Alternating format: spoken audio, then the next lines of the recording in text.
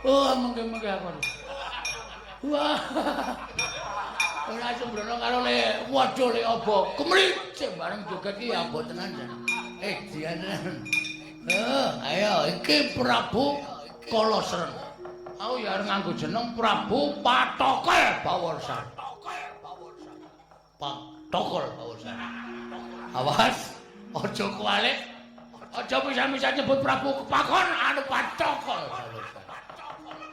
Ndi kiri kadasan. Ajujuke nggone sapa sing ngepalang karepe Prabu Kalasren?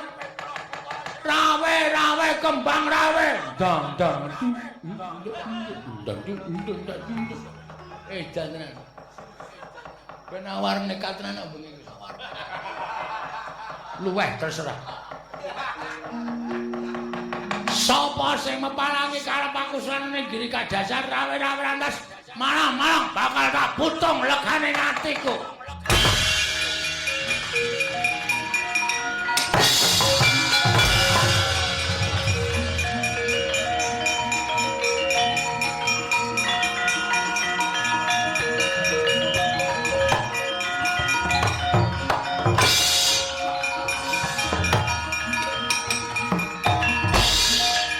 Lho sapa iki?